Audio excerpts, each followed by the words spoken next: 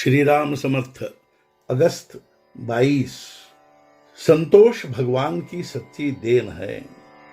हर आदमी को लगता है कि मैं किसी की निंदा नहीं करता, मैं धर्म के नियमानुसार कार्य करता हूँ, फिर भी मैं दुखी हूँ और ये बुरे लोग सुख चैन की बंसी बजाते हैं।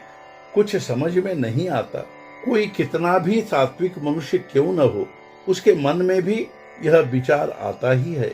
जो नाम को कभी छूता नहीं, यानी जो कभी नामस्मरण करता नहीं, वह सुखी दिखाई दे, और जो नाम को कंठ में धारण करे उसे दुख हो, तो इसे भगवान को न्यायी कैसे कहा जाए?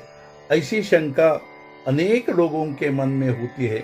सचमुच इसका मर्म जानने का यदि हम प्रयत्न करें तो हमें मालूम होगा कि जो बाहर से सुखी दिखाई देते हैं वे भीतर से दुख में डूबे होते हैं। विषय उन्हें बहुत मिले, किंतु उससे उनके मन को शांति मिली होती तो कोई बात थी।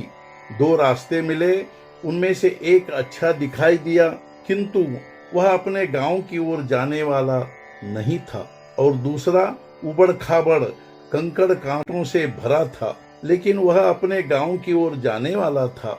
तो हम उनमें से कौन सा रास्ता पकड़ेंगे?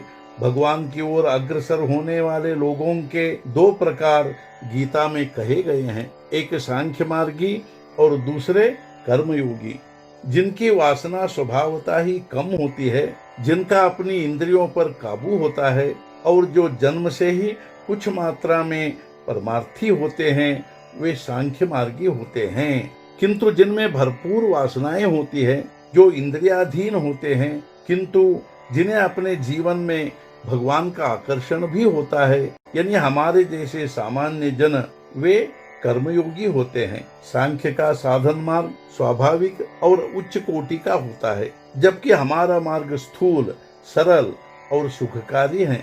सांख्य भगवान के पास जल्दी पहुंचता है, लेकिन हम क्रम से जाते हैं। तो फिर सामान्य मनुष्य के लिए कौन सा मार्ग है? वह मार्ग ऐसा है, जब तक वासना है तब तक उसे उचित उपाय से तृप्त करने का प्रयत्न करे, किंतु सृष्टि के अंतर्बाह्य सब बनाव बिगाड़ ईश्वर की सत्ता से घटित होते हैं। इसलिए हमारे प्रयत्नों का फल ईश्वर पर निर्भर है।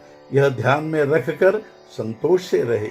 10 आदमियों को उनके असंतोष का कारण पूछे तो वे 10 अलग अलग कारण बताते हैं।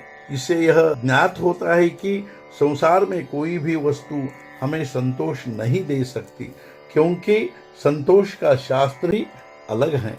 वह गृहस्थी से आप नहीं सीख सकते।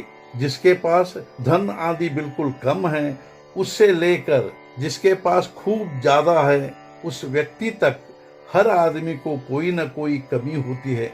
लेकिन मजा यह है कि हर आदमी समझता है कि जो मेरे पास कम है, उसमें अर्थात जो वस्तु या चीज मेरे पास नहीं, वह प्राप्त होने में संतोष है, और इसलिए उसका दुख बना रहता है। भगवान के बिना प्राप्त वैभव और ऐश्वर्य एक कभी सुख संतोष नहीं दे सकते। संतोष भगवान की सच्ची देन है, और वह प्राप्त करने का उपाय है भगवान का नामस्मरण करना। आज का मुख्य विचार, प्रत्येक की अपनी आवश्यकता की पूर्ति होगी, इतना भगवान देता ही है। अतः जो प्राप्त है उसमें संतोष माने। सद्गुरुनाथ महाराज की जय। जय जय रघुवीर समर्थ।